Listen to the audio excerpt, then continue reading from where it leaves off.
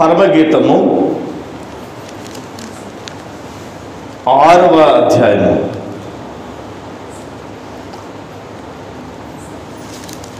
పరమగీతము 6వ అధ్యాయము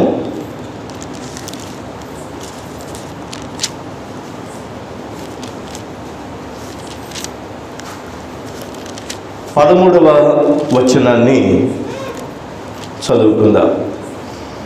పరమగీతము 6వ అధ్యాయము 13వ వచనం. శూలమితి రమ్ము రమ్ము, మేము నిన్ను ఆశ తీరా చూచుటకై తిరిగి రమ్ము తిరిగి రమ్ము. శూలమితి అందు మీకు ముచ్చట పుట్టించున్నదేది? ఆమె మహనయీము నాటకమంత వింతయైనదా?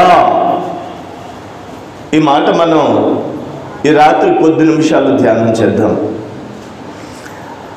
మీకు పలుమార్లు ఆయా సందర్భాలను బట్టి చెప్పడం జరిగింది. బైబిల్లో పరమగీతము అనేటువంటిది ఒక కావ్య పుస్తకము అని, పోయిట్రీ బుక్ అది. ఈ కావ్య పుస్తకములో వ్రాయబడినటువంటి వాక్యం ఇప్పుడు మనం చదువుకున్నాం 6వ అధ్యాయము 13వ వచనంలో. ఈ పరమగీతము గ్రంథాన్ని సొలొమోను అనేటువంటి భక్తుడు రాశాడు.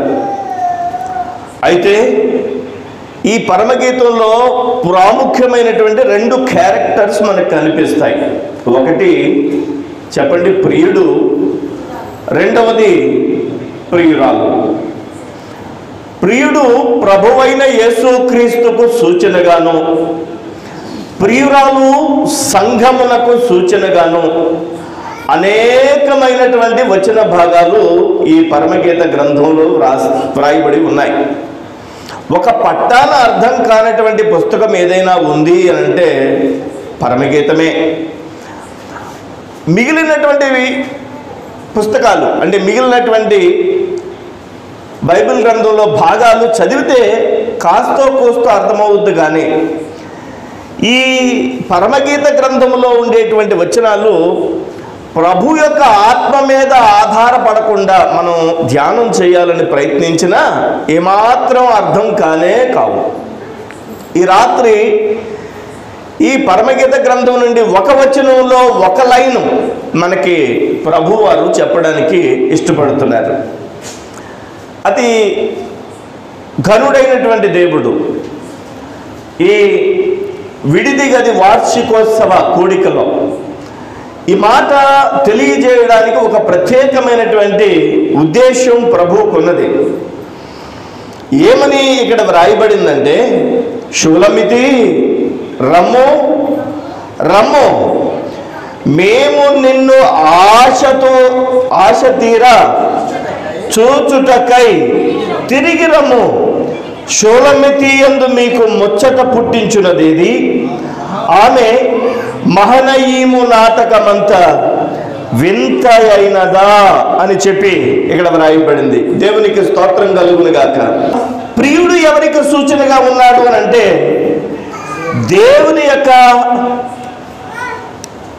మరి రాజ్యమునకు ఎవరైతే కొనిపోబోతారో ఆ వరుడైన ప్రభువైన యేసుక్రీస్తుకు సూచనగా ఉన్నారు.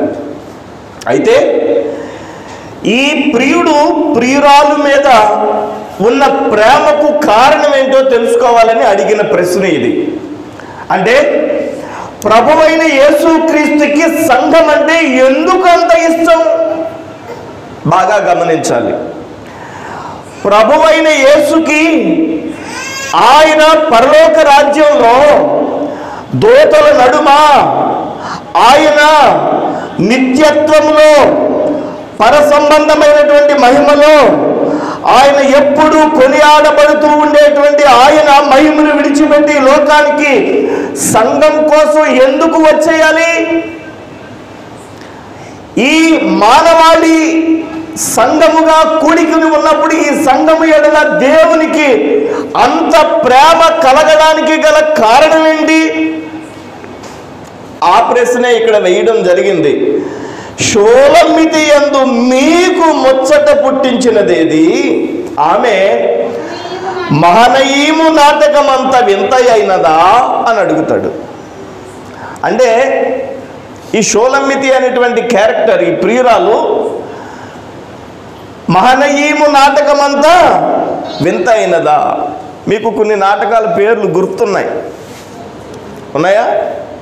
నాకున్నాయి. మీకు లేనట్టు మొఖాలు పెడుతున్నారు, కానీ మీరు చూశారు చిన్నప్పుడు. ఇప్పుడంటే టీవీలు వచ్చేసినాయి. నా చిన్నప్పుడు మరి వీధిలో నాటకాలు వేసేవారు. కొన్ని నాటకాల పేర్లు గుర్తున్నాయి. ఆ నాటకాల పేర్లేవి ఇక్కడ లేవు. ఇక్కడ ఒక నాటకం గురించి వ్రాయబడింది. ఆ నాటకము పేరేంటంటే మహనయీము. చెప్పండి అందరూ ఈ పదాన్ని. ఇదే పదాన్ని మనం ఈరోజు ధ్యానిస్తాం. మహనయీము అంటే సంఘం మహనయీము నాటకమంతా వింత అయినదా అని అడుగుతున్నారు. బాగా గమనించాలి. సంఘము మహనయీము నాటకమంతా వింత అయినదా అంటే ఆ మహనయీము నాటకం అంటే ఏంటో, ఆ మహనయీము నాటకములో ఉన్న వింత ఏంటో తెలిస్తే సంఘమునకు దేవునికి మధ్య సంబంధం ఎంత వింత అయినదో మనకు అర్థమైపోద్ది. దేవునికి మహిమ కలుగును గాక. ఈరోజు ఆ వింతైనటువంటి అనుభవాన్ని తెలుసుకోవడానికి ప్రభు యొక్క పాదాల దగ్గర కూర్చున్నాం. నేను ఈ గ్రామంలో ఈ విధంగా కూర్చుని ఆరాధన చేయడానికి చాలా కాలం ప్రార్థన చేశాను. నజరా గారు చెప్పినట్లుగా ఇంచుమించుగా 3-4 సంవత్సరాలు ఇక్కడ నుండి వర్షంలో, ఎండలో తడుచుకుంటూ, చలికి అక్కడికి ఎర్నగూడెం ఆరాధనకు వచ్చేటువంటి క్రమంలో అప్పటికే పలు చోట్ల పరిచర్య భారం కలిగినటువంటి వ్యక్తిగా గత కొన్ని సంవత్సరాలుగా ఈ గ్రామం మీద ప్రార్థన చేస్తున్నటువంటి వ్యక్తిగా ప్రార్థన చేస్తున్నప్పుడు నేను ఒక ప్రార్థన చేసేవాడిని. ప్రభువా, ఒక అరుగు దొరికితే చాలు, ఆ అరుగు మీద నేను ఒక్కళ్ళు కూర్చున్నా, వాళ్ళకి నీ వాక్యాన్ని చెప్పి ఆరాధించి సంతోషంగా వెళ్తాను, ఒక్క అరుగు దొరికినా చాలు ప్రభా అని సంవత్సరాలు చేసిన ప్రార్థన. దేవునికి స్తోత్రం కలుగును గాక. మనల్ని దేవుడు ప్రేమించాడు, కృప చూపించాడు. ఇదిగో ఇంత విశాలమైనటువంటి నిర్మాణాన్ని దేవుడు మన చేతులకు ఇచ్చాడు. దేవునికి మహిమ కలుగును గాక. ఇది ఒక్క రోజులో అయింది కాదు, ఎన్నో సంవత్సరాల కన్నీటి ప్రార్థన, ఎంతో కన్నీటి ప్రార్థన, ఎంతో మందిని మనందరము కలిసి దేవుని సన్నిధిలో ఉపవసించి చేసినటువంటి ప్రార్థన ప్రతిఫలం. దేవునికి స్తోత్రం కలుగును గాక. హల్లెలూయా. ఈ షూలమ్మితి అనేటువంటి ఈ క్యారెక్టర్ ఎంత వింత అయినదో తెలుసుకోవడానికి కొన్ని వచ్చిన భాగాలు బైబిల్ గ్రంథంలో మనం తెరిచి చూడాలి. చూడండి, ఆది కాండము 32వ అధ్యాయము. ఆది కాండం 32వ అధ్యాయము మొదటి వచనం నుంచి చదువుదాము. యాకోబు తన త్రోవను వెళ్ళుచుండగా దేవదూతలు అతనిని ఎదుర్కొనిరి. యాకోబు వారిని చూచి ఇది దేవుని సేన అని చెప్పి ఆ చోటికి మహనయీము అని పేరు పెట్టెను. మహనయీము అనే పదం ఎక్కడ ముందు వచ్చింది, ఎక్కడ ఫస్ట్ బైబిల్లో కనిపిస్తుందంటే ఆది కాండంలో కనిపిస్తుంది. ఆది కాండంలోనే 32వ అధ్యాయంలో మొట్టమొదటి వచనంలో 2వ వచనంలో మనకి మహనయీము అనే పదం కనిపిస్తుంది. అక్కడ పరమగీతంలో ఏం చదువుకున్నాం?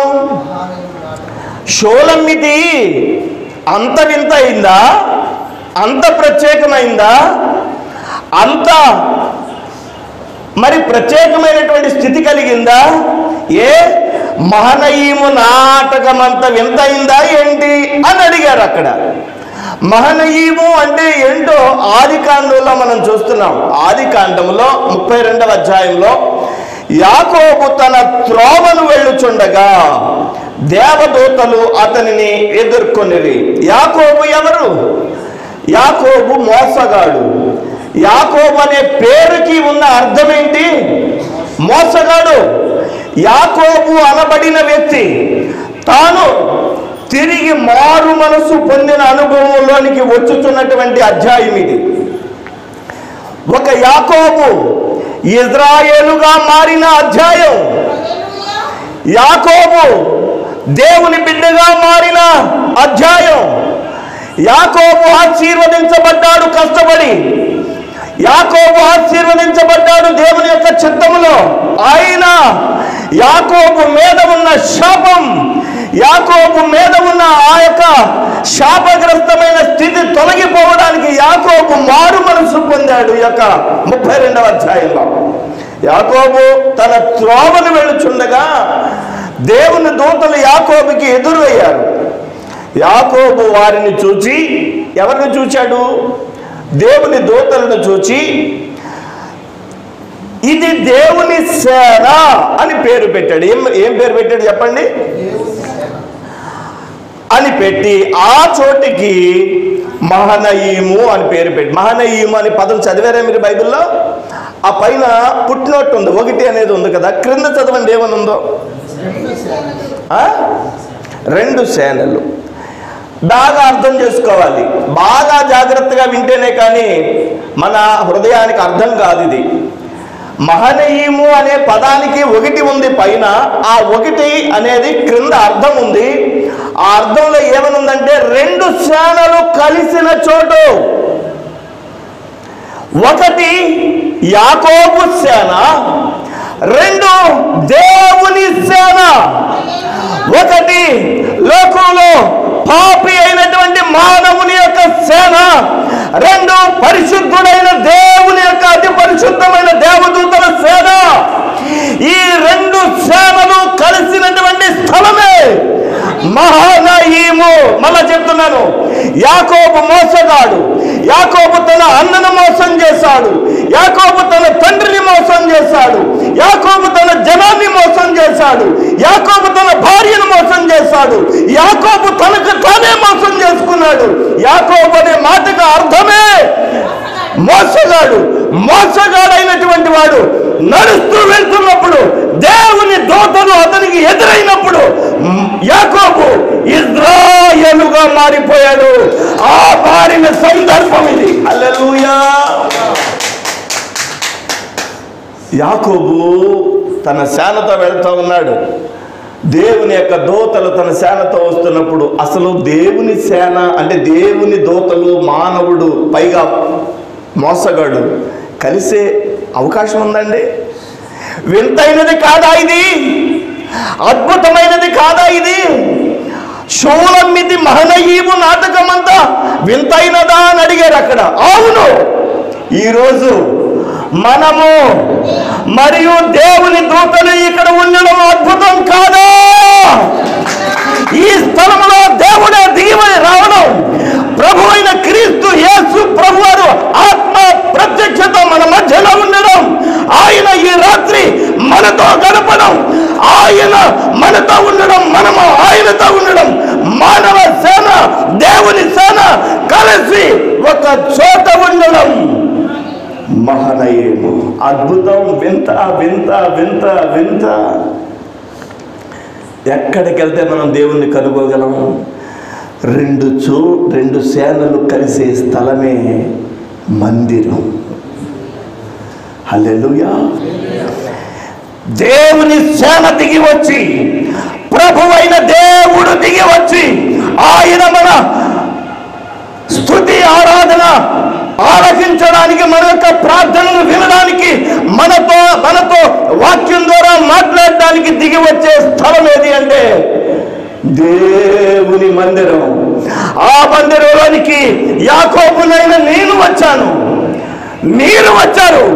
మన యొక్క దోషం, మన యొక్క పాపం, మన యొక్క నీతి బాలిన స్థితిలో మనం ఉన్నప్పుడు ప్రభు అయిన యేసు మనల్ని ఇజ్రాయేలుగా మార్చిన స్థలం ఏదైనా ఉందంటే చెప్పండి చెప్పండి, దేవుని మందిరమే, దేవుని సన్నిధే, దేవుని యొక్క కృపా సన్నిధి మాత్రమే.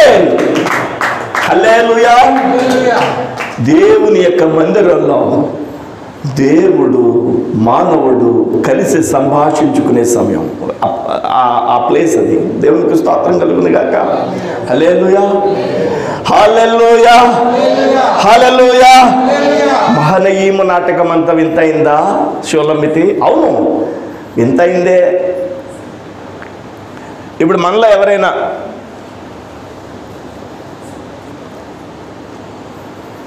మీకు నరేంద్ర మోడీ గారు తెలుసా? మీరు ప్రధానమంత్రి గారు నరేంద్ర మోడీ గారు ఏంటి అలా పెట్టారు తెలుసా తెలీదా? నాకు బాగా తెలుసు, నాకు చాలా బాగా తెలుసు. మొన్న మధ్య ఢిల్లీ వెళ్ళినప్పుడు ఆయన దగ్గరికి వెళ్దామని కూడా అనుకున్నాను. కానీ సమస్య ఏంటంటే నేను ఆయనకి తెలియదు కదా. ఆయన నాకు తెలుసు, నేను ఆయనకి తెలియాలి కదా. ఇప్పుడు సర్వశక్తి కలిగినటువంటి ప్రభువు మన మధ్యలోనికి వచ్చి ఆయన నిన్ను పేరు పెట్టి పిలిచే అంత చనువు ఉన్నవాడు ఆయన ఇక్కడ. హల్లెలూయా. నీ పేరు తెలుసు, నీవెవరవో తెలుసు, ఏ స్థితిలో ఉన్నావో తెలుసు. ఆయన నీతో ఆయన మాట్లాడుతున్నాడు. నేను నిన్ను తాకడానికి లేదా నిన్ను ఆశీర్వదించడానికి, నీతో మాట్లాడడానికి ఈ స్థలంలోనికి దిగి వచ్చాను. వింత వింత వింత మహనయీము. హల్లెలూయా. ఈ రాత్రి ప్రభు సన్నిధిలో మనం ఎక్కడ కూర్చున్నామంటే వింతైనటువంటి సంఘటన ఇది. దేవునికి స్తోత్రం కలుగును గాక. లోకానికి అర్థం కాదు. మనం ఎక్కడికి వచ్చామంటే సాక్షాత్తు ఒక దేశానికి ప్రధానమంత్రితో మాట్లాడడానికి కాదు. ఎక్కడికి వచ్చా? చెప్పండి. ఆకాశ నక్షత్రాలను సృజించిన, సూర్య చంద్ర సమస్తమైనటువంటి తారలను చేసిన, అగాధ జలములను చేసిన, కొండలను, లోయలను, శిఖరములను చేసిన, ఎగిరే పక్షులను, ఆ యొక్క అడవి జంతువులను, నీటిలో ఉన్న ప్రాణులను, సమస్త జీవులను చేసిన నా ప్రభువైన యేసు సన్నిధికి వచ్చాం. మనం ఆయనతో సంభాషించడానికి వచ్చాం. ఆయన ఆరాధించాం, ఆయనకి చెప్పుకుంటాం. దేవునికి స్తోత్రం. ఏం చెప్పుకుంటామో చెప్పుకోవాల్సిన విషయాలన్నీ మన సారా చెప్పుకుంటాం. దేవునికి స్తోత్రం కలుగును గాక. హల్లెలూయా, హల్లెలూయా. ఈ అధ్యాయంలోనే 32 అధ్యాయంలో 26 వచనం చదవండి ఒకసారి. ఆయన తెల్లవారుచున్నది కనుక 32 అధ్యాయం 26 వచనం. ఆయన తెల్లవారుచున్నది కనుక నన్ను పోనిమనగా అతడు నీవు నన్ను ఆశీర్వదించితేనే గాని నిన్ను పోనీయనను. హల్లెలూయా. ఈ యాకోబు ప్రార్థన చేస్తున్నాడు, ఆశీర్వాదం ఎక్కడ దొరుకుతుందయ్యా? అప్పటికి యాకోబు ఇలా చూడండి, యాకోబు తన మాంగారి ఇంటికి వెళ్ళాడు కదా, మేనమావ ఇంటికి వెళ్ళాడు. ఇంటికి వెళ్ళిన తర్వాత మేనమావ కుమార్తెను వివాహం చేసుకుందాం అనుకున్నాడు. మేనమామ ఏమన్నాడు? అరే అబ్బాయి, నా కూతురు నీకు పెళ్లి చేయాలంటే 7 సంవత్సరాలు పాలేరుతనం చేయరు అబ్బాయి అన్నాడు. 7 సంవత్సరాలు, మరి 7 సంవత్సరాలు చేసిన తర్వాత ఆ యాకోబు ఆ ఆశీర్వాదాన్ని కాదనుకుని నిజమైన ఆశీర్వాదం ఏముంటుందో అది ఎలా అది ఇక్కడ చెప్తున్నాడు. ప్రభు అయినటువంటి దేవుని యొక్క మహాకృపను పొందుకుని యాకోబు ఇజ్రాయేలుగా మారడమే.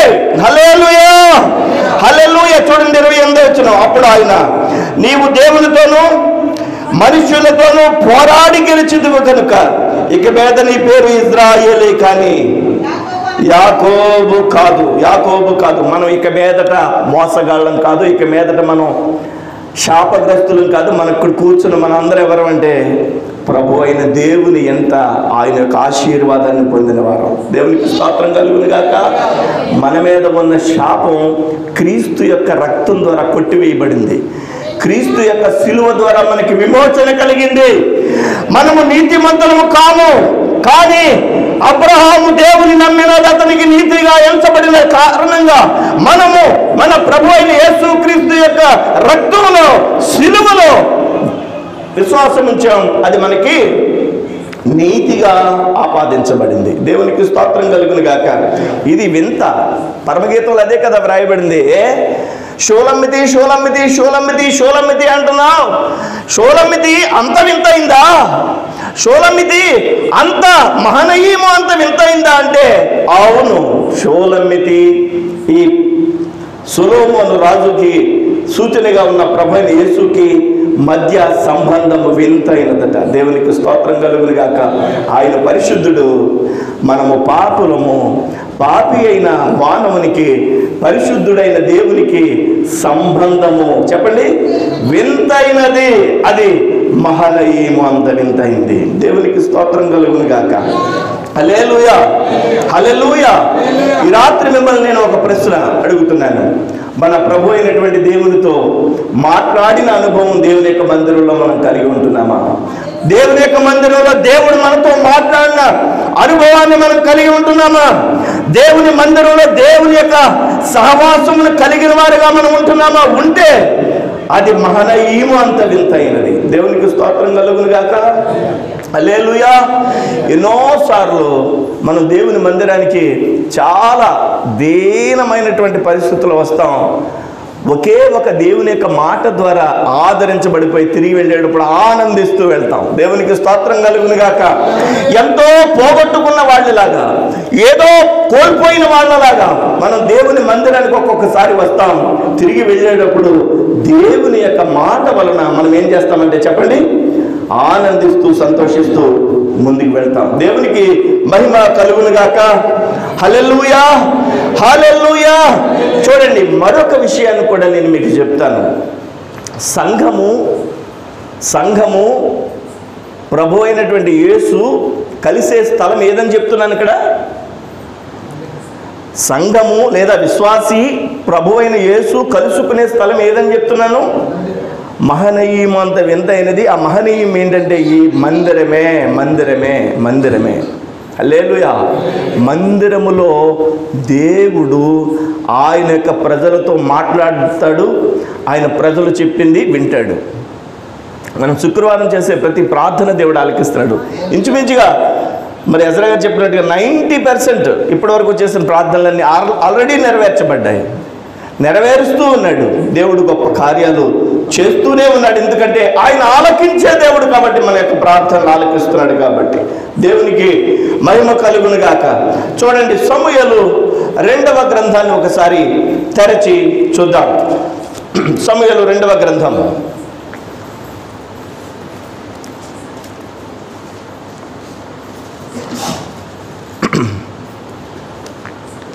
సమూయేలు 2వ గ్రంథము 19వ అధ్యాయము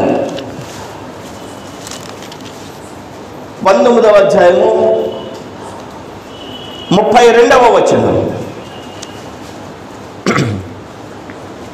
సమూయేలు 2వ గ్రంథము ఏంటండి? బర్జిల్లయి 80 సంవత్సరముల వయసు కలిగి బహు ముసలివాడై ఉండెను. అతడు అధిక ఐశ్వర్యవంతుడు గనుక రాజు మహనయీములో ఉండగా. దేవునికి స్తోత్రం కలుగును గాక. ఇదే సమూయేలు గ్రంథము 17వ అధ్యాయం కూడా ఒకసారి చదవండి. 17వ అధ్యాయము 27వ వచనం. దావీదు మహనయీమునకు వచ్చినప్పుడు, ఇక్కడ మహనయీము అన్న పదం మీకు గుర్తు రావాలి. వినిపిస్తుందా? హలో హలో, వింటున్నారా? మహనయీము అనే పదము మీకు ఇక్కడ ఆదికాండంలో చదివించాను, సమూయేలు 2వ గ్రంథంలో చదివించాను. ఎక్కడ? 19వ అధ్యాయము 32వ వచనం. ఒకసారి మరలా చదవండి. బర్జిల్లయి 80 సంవత్సరముల వయస్సు కలిగి బహు ముసలివాడై ఉండెను. అతడు అధిక ఐశ్వర్యవంతుడు గనుక రాజు మహనయీములో ఉండగా. చాలు. ఇప్పుడు సమూయేలు 2వ గ్రంథం 17వ అధ్యాయము 27వ వచనం కూడా చదవండి.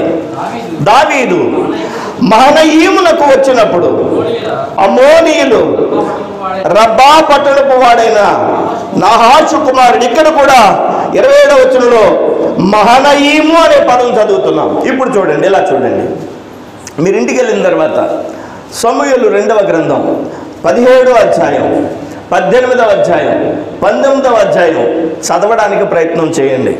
హల్లెలూయా. సమూయేలు 2వ గ్రంథం చదివితే మీకు ఇప్పుడు నేను చెప్పేదంతా ఈజీగా ఇంకా అర్థమవుద్ది. నేను చెప్పేదంతా అక్కడ ఉంటుంది. ఇప్పుడు నా వైపు చూడండి, ఇలా జాగ్రత్తగా వినాలి. దావీదు తెలుసా మీకు? దావీదు తెలుసా? మీ వీధిలోనే ఉంటాడు ఆయన. దావీదు గారు తెలుసా? బైబిల్ గ్రంథంలో అనేకమైనటువంటి కీర్తనలు రచించినటువంటి ఒక గొప్ప కీర్తనాకారుడు దావీదు. ఆ దావీదు మనందరికీ బాగా పరిచయం బైబిల్ ద్వారా. దావీదు అంతటి భక్తుడే ఎన్ని కష్టాలు పడ్డాడో చాలా జాగ్రత్తగా వినాలి. ఆఖరికి దావీదు యొక్క కుమారుడే దావీదుని చంపడానికి పరిగెత్తిస్తూ చంపడానికి వెనుకలు పడ్డాడు. దావీదుని చంపడానికి సర్వ ప్రయత్నాలు చేశాడు. ఎవరు? దావీదు యొక్క కుమారుడు. అంత కష్టాన్ని పడ్డాడు దావీదు. అలాంటి దావీదు తన జీవితంలో తన కుమారుడు తనని చంపడానికి వెనకాల బలగాన్ని వేసుకుని పరిగెడుతుంటే రాజు స్థానంలో ఉండి కూడా పరిగెడుతున్నాడు, పారిపోతున్నాడు. నాకు చాలాసార్లు డౌట్ వచ్చింది, ఏమయ్యా దావీదు, నీ గత చరిత్ర ఒకసారి గుర్తు చేసుకుపోయావా? నువ్వెవరో సింహాన్ని చీల్చి చండాడినాడు, ఎలుగుబంటిని చంపేస్తున్నాడు, గొల్యాతును ఒక్క దెబ్బతో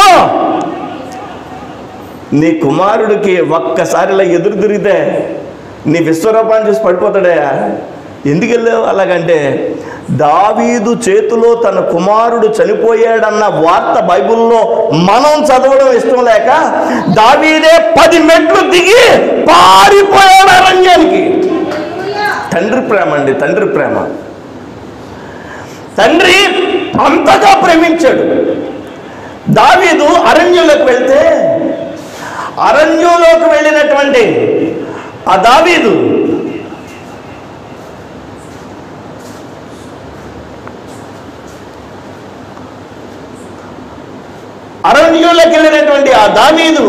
జీవితంలో జరిగినటువంటి ఒక సంఘటన. హల్లెలూయా. కొద్ది జాగ్రత్తగా వినాలి ఈ మాటలు. అరణ్యంలోకి వెళ్ళినటువంటి దావీదు జీవితంలో జరిగినటువంటి ఒక సంఘటన. దావీదు తన కుమారుడు చంపేస్తాను, ఈ రాజ్యం నాది అని చెప్పి ఎదురు తిరిగితే, దావీదు కుమారుడు ఎదురు తిరిగితే దావీదు పారిపోయాడు అడవిలోకి. ఎక్కడికి వెళ్ళాడో తెలుసా? మహనయీము అనే ప్రాంతానికి వెళ్ళాడు. ఇప్పటి వరకు చెప్పింది అది. ఎక్కడికి వెళ్ళాడు? అడవికి దగ్గరగా ఉండేటువంటి మహనయీము అనేటువంటి ప్రాంతానికి వెళ్ళాడు. ఆ ప్రాంతంలో దావీదు ఉన్నప్పుడు ఆ ప్రాంతానికి, మహనయీం అనే ప్రాంతానికి దగ్గరలో బర్జిల్లయి అనే ఒక వ్యక్తి ఉండేవాడు. చెప్పాలి, పేరు విన్నారా ఎప్పుడైనా బైబిల్లో? ఇది బైబిల్లో ఈ పేరు ఎప్పుడైనా విన్నారా? బర్జిల్లయి. బజ్జీలు గుర్తుపెట్టుకుంటే ఆ పేరు గుర్తుంటుంది. బర్జిల్లయి. ఈ బర్జిల్లయి అనే ఆయన మహాధనవంతుడు, చాలా ధనవంతుడు. ఈ బర్జిల్లయి అనేటువంటి ఈయన దావీదు అడవిలోనికి పరిగెత్తుకుని వచ్చాడు, తన ప్రాణాన్ని కాపాడుకోవడానికి వచ్చాడు. అయ్యయ్యో, తన కుమారుడే తన్ని చంపడానికి ప్రయత్నం చేస్తున్నాడు, ఎంతో బాధ కలుగుతుందని చెప్పి దావీదుకి చాలా ఆహారపు వస్తువులు పంపించేవాడు. ఎవరు? బర్జిల్లయి. చాలా కాలం అలా దావీదుని పోషించాడు. ఎవరు? ఈ బర్జిల్లయి. ఎవ్వరికి చెప్పకుండా దావీదుకి జున్నుగడ్డలు, దావీదుకి ఈ యొక్క మొలకలు, దావీదుకి చాలా రకాలైనటువంటి ఆహారపు వస్తువులు. చూడండి సమూయేలు 17వ అధ్యాయం చదవండి. ఇది దావీదు మహనీయంకు వచ్చినప్పుడు అమ్మోనీయులు రబ్బా పట్టణం వాడైన నావాషు కుమారుడకు 28వ వచనం చదవండి. 28 అరణ్యమందు జనులు కలిసిన వారై ఆకలుకొని దప్పికొని ఇందురని తలంచి, అంటే దావీదు బృందం అంతా అలిసిపోయి ఉంటారని తలంచి పరుపులు, ఏంటండి పరుపులు, అరణ్యంలో పడుకోవడానికి పరుపులు, పాత్రలు, కొండలు, చదవాలి.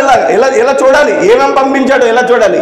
పరుపులు, అరణ్యంలో దావీదు మహారాజు ఆ అంతఃపురంలో పెద్ద మంచి బెడ్ మీద పడుకుంటాడు. పాప ఇక్కడికి ప్రాణాన్ని కాపాడుకోవడానికి వచ్చాడని చెప్పి పరుపులు పంపించాడంట,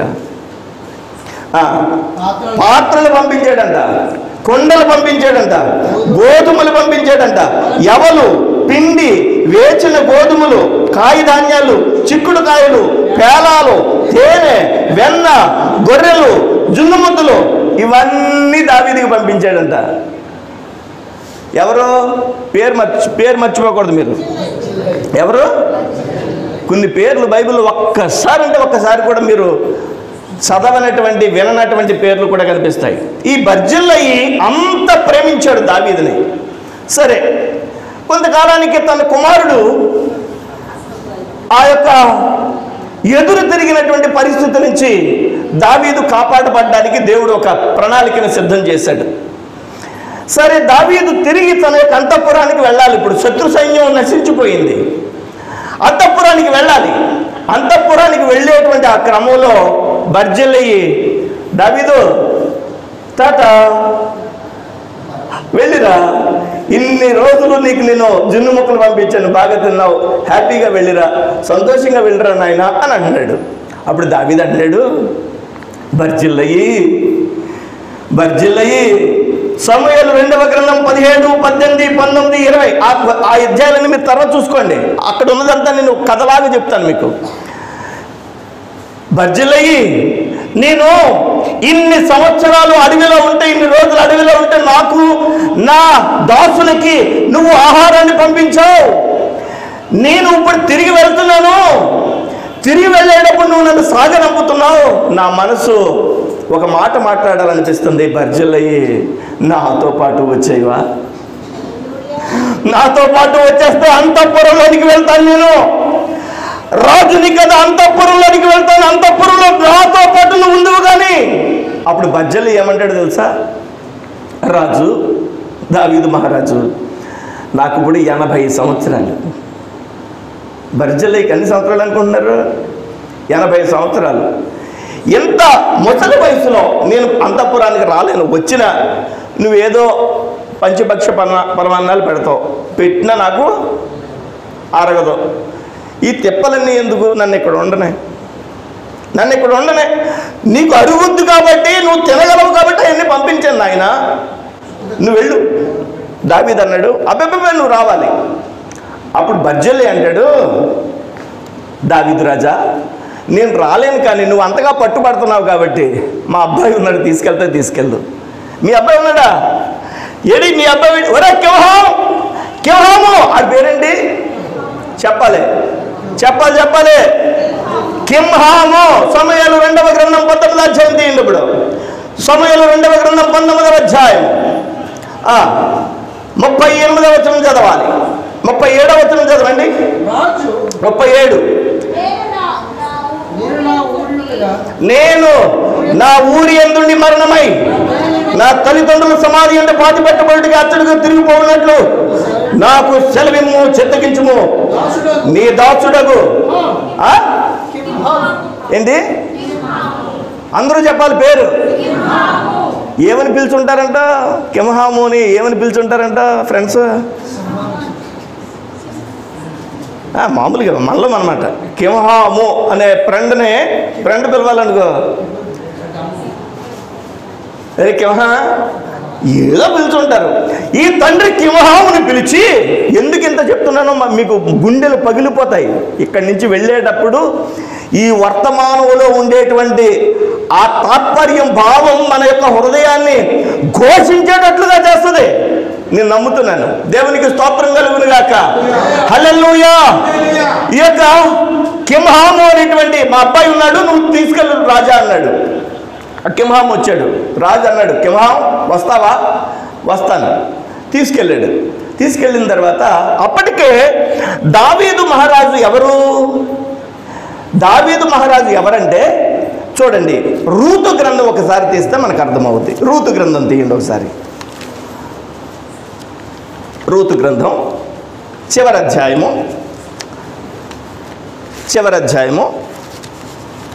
చివరి వచనం ఒకసారి తీయాలి.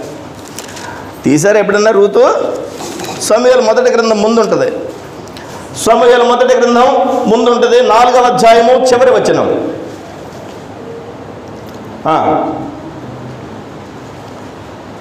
రూతు 4వ అధ్యాయం చివరి వచనం. బోయజు ఓబేదును కనెను, ఓబేదు యెషయిను కనెను, యెషయి దావీదును కనెను. ఇలా చూడాలి.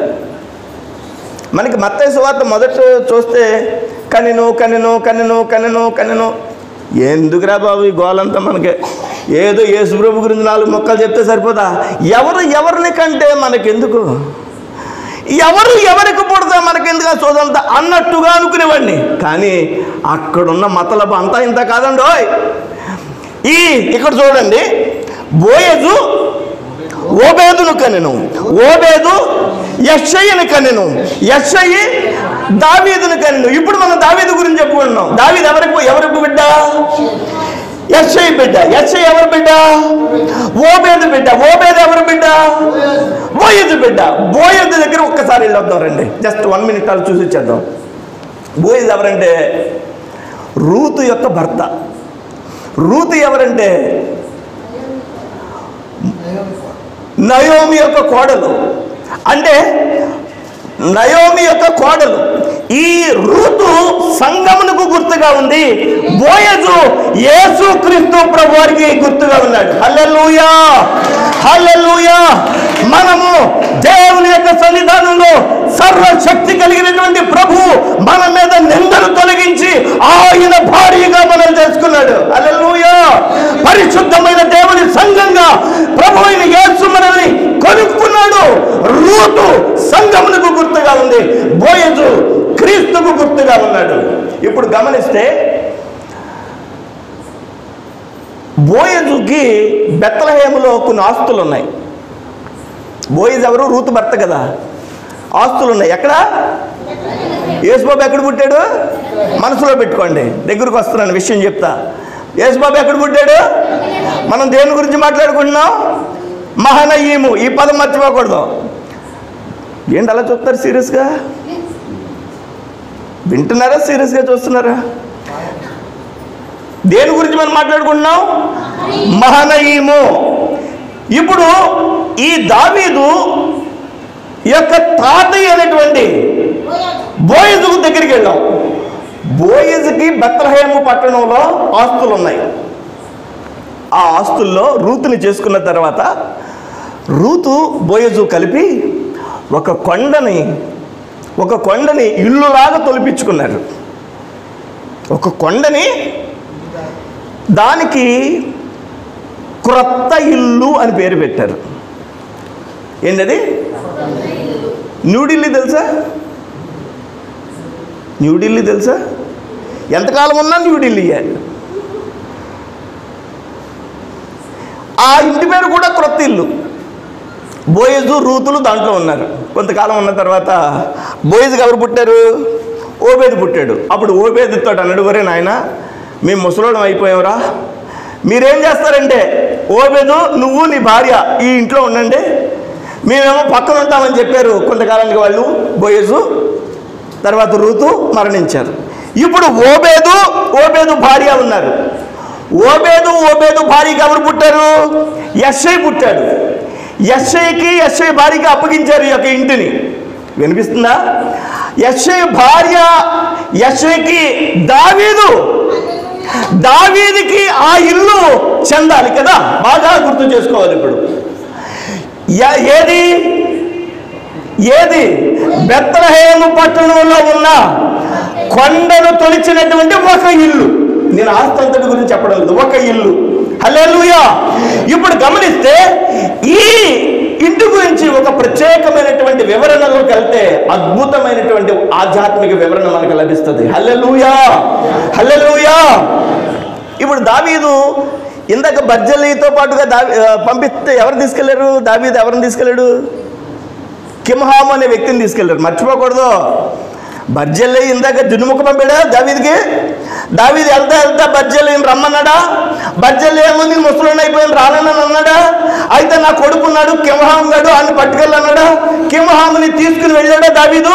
తీసుకుని వెళ్ళిన తర్వాత రాజు దగ్గర కూడా కూర్చోబెట్టాడు. కొంతకాలం కిమ్హాము దావీదు రాజు భోజనం చేస్తున్నారు. చాలా కాలం అలా భోజనం చేశారు. ఆ తర్వాత కిమ్హాముతో మాట్లాడాడు దేవుడు, ఆ యొక్క దావీదు ఏమని మాట్లాడాడంటే, కిమ్హాము, మీ నాన్న చేసినటువంటి ఆ యొక్క మేలు నేను మర్చిపోతలేకపోతున్నానయ్యా. నేను అడవిలో ఉన్నప్పుడు మీ నాన్న నాకు జున్ను ముక్కలు పంపాడయ్యా. మీ నాన్న నన్ను కాపాడాడు. నా సొంత కొడుకు నన్ను చంపేద్దామనుకున్నప్పుడు నీవు, నీ తండ్రి నన్ను కాపాడారు. కాబట్టి నీకు ఎంత చేసినా తక్కువే, ఎంత చేసినా తక్కువే. నేను నీకు ఒక పని చేయాలనుకుంటున్నాను. నేను రాజుని కదా, ఈ రాజ్యం అంతా నాదే కదా. మా ముత్తాతల ద్వారా వచ్చినటువంటి ఒక ఆస్తి బెత్లెహేములో ఉంది. ఆ బెత్లెహేములో ఉన్న ఆస్తిని నేను నీకు ఇస్తా.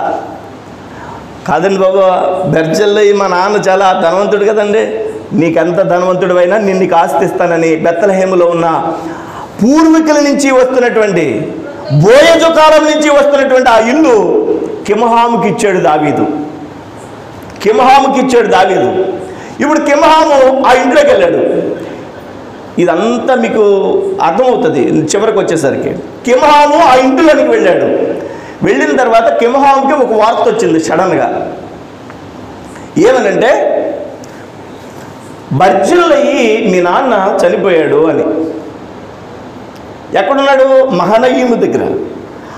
ఈ కిమ్హాము ఏం చేశాడంటే, తనకు దావీదు ఇచ్చినటువంటి ఇంటిలో ఉంటూ సడన్గా తన తండ్రి చనిపోయాడన్న మాట వినగానే వెళ్ళిపోవాలనుకున్నాడు. కానీ దావీదుతో చెప్తే దావీదు వెళ్ళనిస్తాడా? ఎంత ప్రేమ కలిగిన వాడు, ఎందుకు ఇంత లేట్ అవుద్దని చెప్పి ఆ ఇంటిని ఏం చేశాడంటే వెళ్ళిపోతా, రాజుగారి ద్వారా నాకు వచ్చింది ఇది కాబట్టి, రాజుగారు ఆధీనంలో ఉంది కాబట్టి ఎవ్వరూ దీని వైపు చూడరు, ఏం పర్లేదు ఈ ఆస్తి ఎవ్వరూ ముట్టుకోరని చెప్పి తన తండ్రి చనిపోతే వెళ్ళిపోయాడు కిమ్హాము. వెళ్ళిపోతే ఏం చేశాడు తెలుసా? ఇంటికి పైన ఒక బోర్డు పెట్టెళ్ళాడు.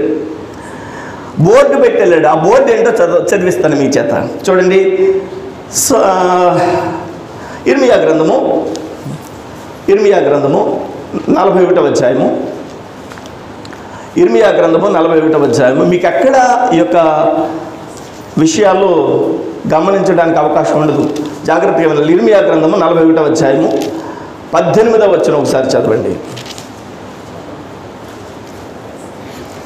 ఇర్మియా గ్రంథము 41వ అధ్యాయము చివరి మాట, 18వ అధ్యాయం చివరి మాట, అదంతా చదవక్కర్లేదు. ఆ చివరి మాట, నెతన్యా కుమారుడైన అక్కడి నుంచి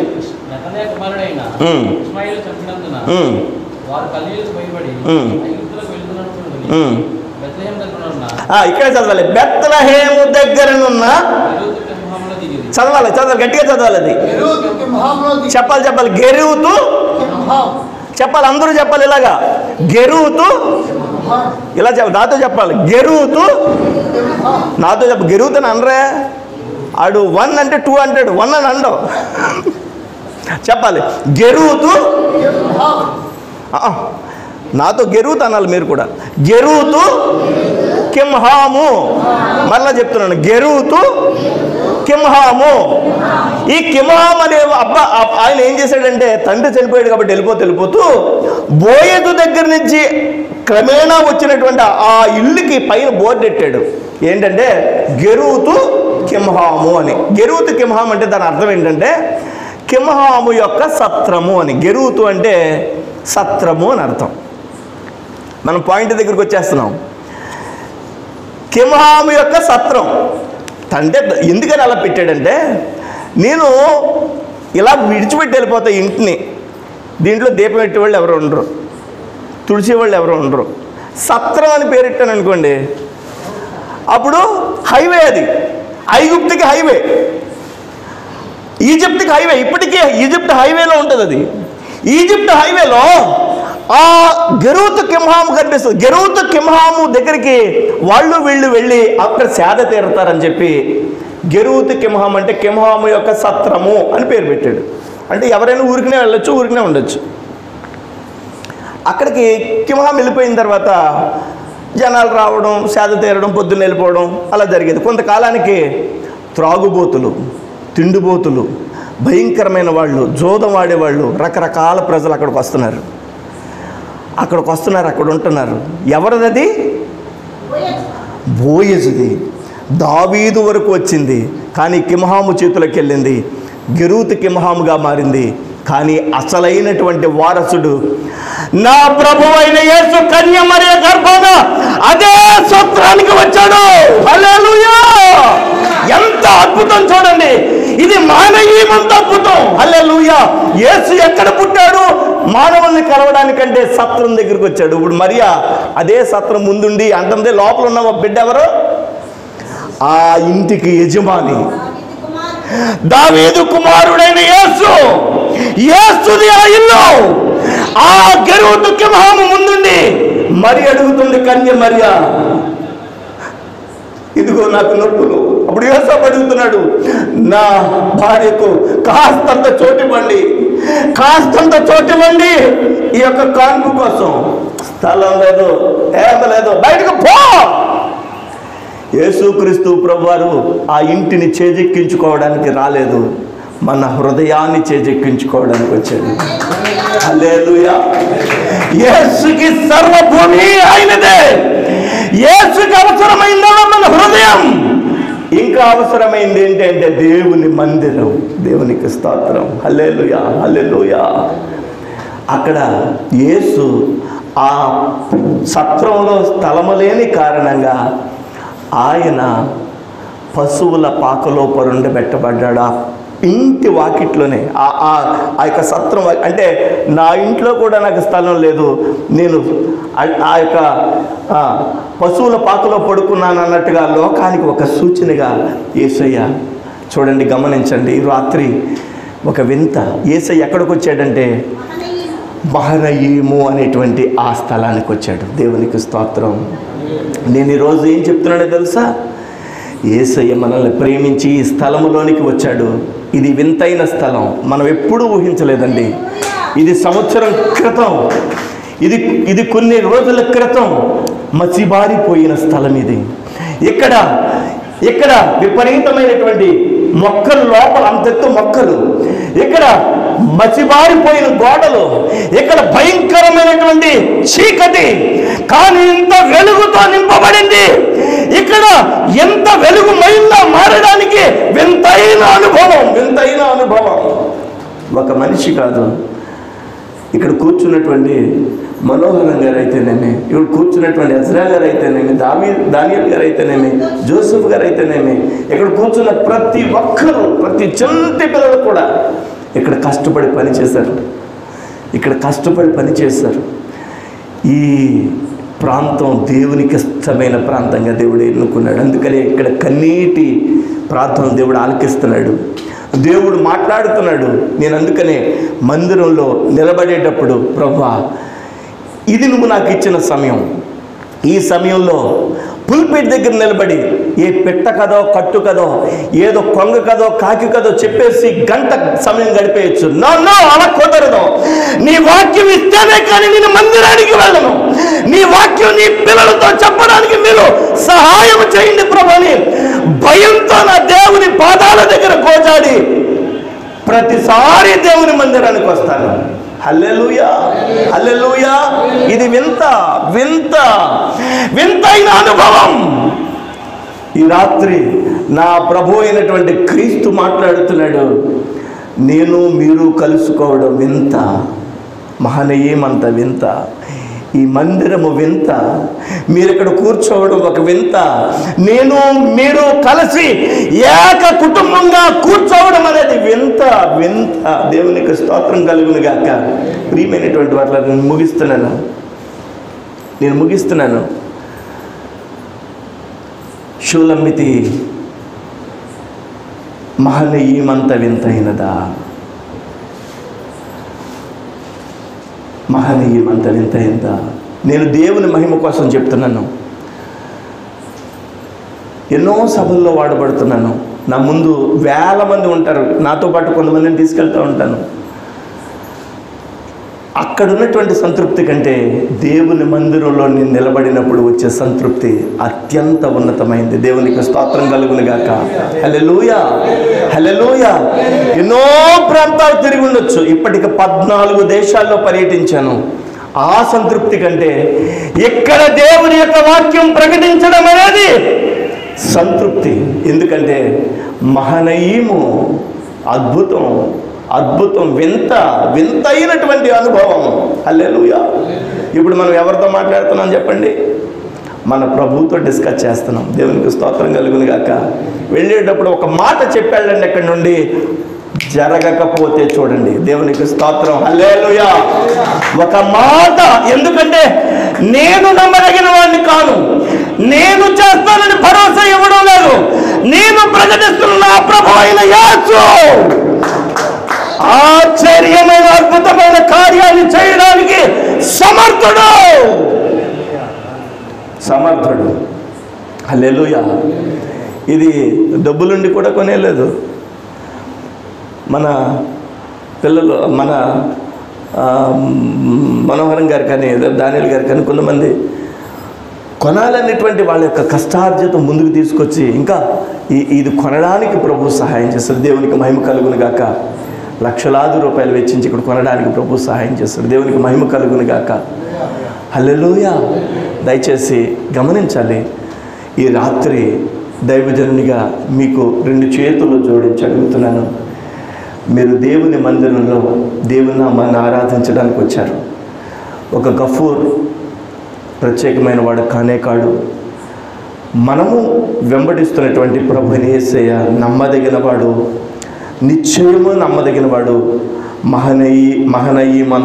మహనీయమ నాటకమంతా వింతైనటువంటి అనుభవం మనకి ఇస్తున్నటువంటి వాడు. కాబట్టి యాకోబు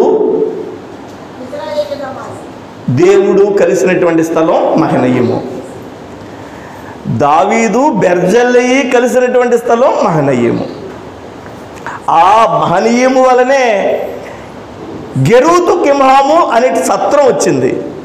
ఆ సత్రం ఎవరిదంటే యేసుబాబుది. సత్రం లేక యేసుబాబు ఆ పశువుల తొట్టిలో పడుకున్నాడన్న ప్రవచనం నెరవేర్చబడింది. నేను అంటాను, ఒక మాట చదివించేసి నేను ముగించేస్తాను ఈ వర్తమానాన్ని. చూడండి, లూకాసు వార్త 19వ అధ్యాయము. లూకాసు వార్త 19వ అధ్యాయము. లూకాసు వార్త 19వ అధ్యాయము 45వ అధ్యాయం 45వ వచనం. లూకాసు వార్త 19వ అధ్యాయము 45వ వచనం, 46వ వచనం కూడా చదువుదాం. ఆయన దేవాలయంలో ప్రవేశించి, ఎక్కడికి ప్రవేశించాడు యేసయ్య? ఎక్కడికి? దేవాలయముకే ప్రవేశించాడు. ఇంతవరకు నేనేం చెప్పాను? దేవుని మందిరం అంటే మహనీయమే అనే కదా చెప్పాను, అంటే వింతైందనే కదా చెప్పాను. కానీ యేసయ్య దేవాలయంలోకి వెళ్ళినప్పుడు దేవాలయంలో ఏం చూశాడట? క్రయ విక్రయములు జరగడం చూశాడు.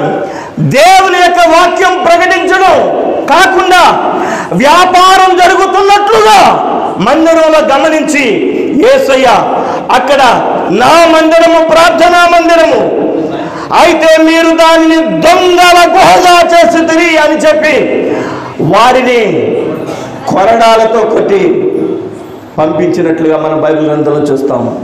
యేసుక్రీస్తు ప్రభు వారికి సత్రంలో స్థలం లేని కారణంగా ఆయన ఎక్కడ పడుకున్నాడంటే పశువుల పాకలో పడుకున్నాడు. ఈరోజు మందిరాలలో యేసుకి స్థలం ఉందా? ఎక్కడైనా యేసుకి స్థలం లేకపోతే ఈ స్థలానికి విలువ లేదు. యేసు ఉంటేనే విలువ. దేవునికి స్తోత్రం కలుగును గాక. ప్రార్థన చేసుకుందాం. ప్రభా, మీరు మాతో ఉండండి, మీరు మాతో ఉండండి ప్రభా, నీకు స్తోత్రాలు అని ప్రార్థన చేసుకుందాం. యేసయ్యా, వింతే నిజమే, నువ్వెక్కడా నేనెక్కడా, నీవు నేను నాయనా ఇంత రక్షణ అనుభవంలోనికి, ప్రేమ కలిగిన స్థితిలోనికి నడిపించావు. ఇది వింతైనదే ప్రభా. ఈరోజు వర్తమానం నా కోసమే. నన్ను ప్రేమించావా తండ్రి? నేను దోషిని కదా, నేను పాపిని కదా, నేను మోసగాడిని కదా ప్రభులను.